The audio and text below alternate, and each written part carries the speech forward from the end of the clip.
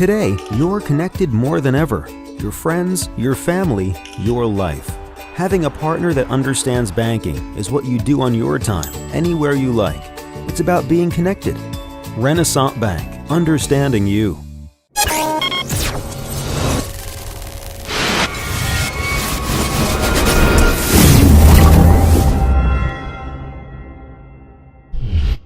Sponsored by Renaissance Bank. Good morning, Northeast Mississippi. This is Newsbreak for Thursday, October 6th. I'm Brad Locke. Thanks for joining us. Going to take a quick look at some headlines in news and sports. But first, let's look at the weather underground forecast. For today, clear skies, a high of 90 degrees, low of 60, just a 10% chance of rain. The 3-day outlook on Friday, clear skies again, high of 90 again, low of 63, and again, a 10% chance of rain. Going to start cooling off as we get into the weekend. Saturday, clear skies, a high of 83, low of 54.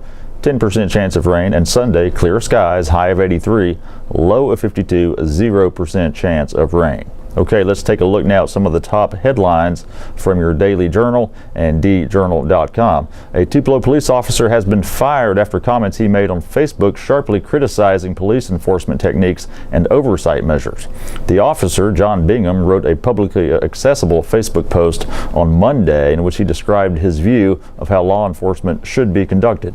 He said sometimes it's necessary for officers to use profanities and threats when dealing with a subject, and, quote, sometimes you have to kill them. He added that he was trained to make people comply with his commands as a law enforcement officer.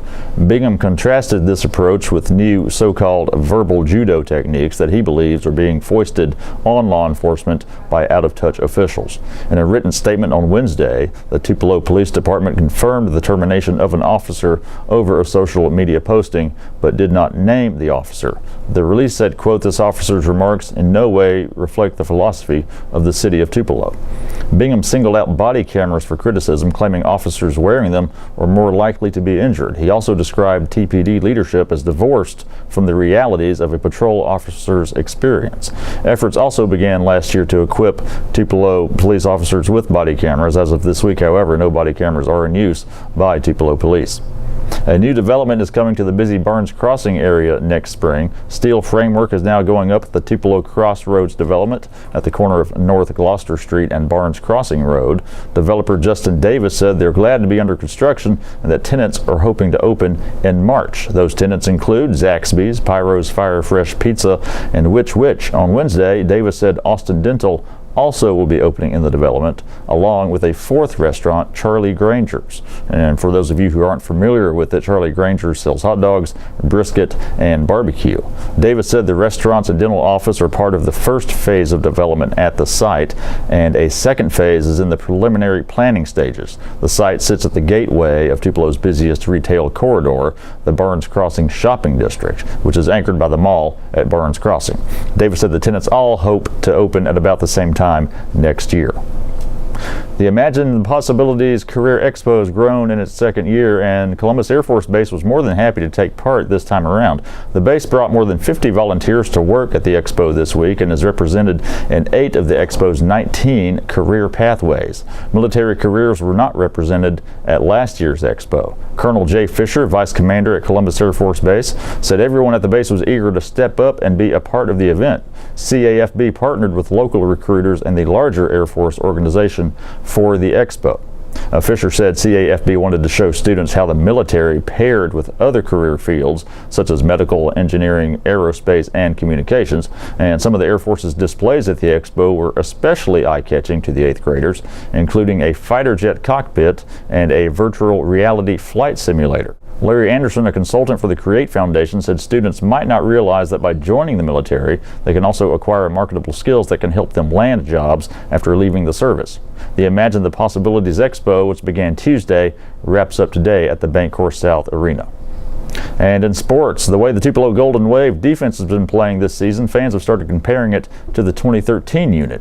That season, Tupelo rode a strong defense to a 13-2 record and berth in the Class 6A state championship game where it lost to Oak Grove.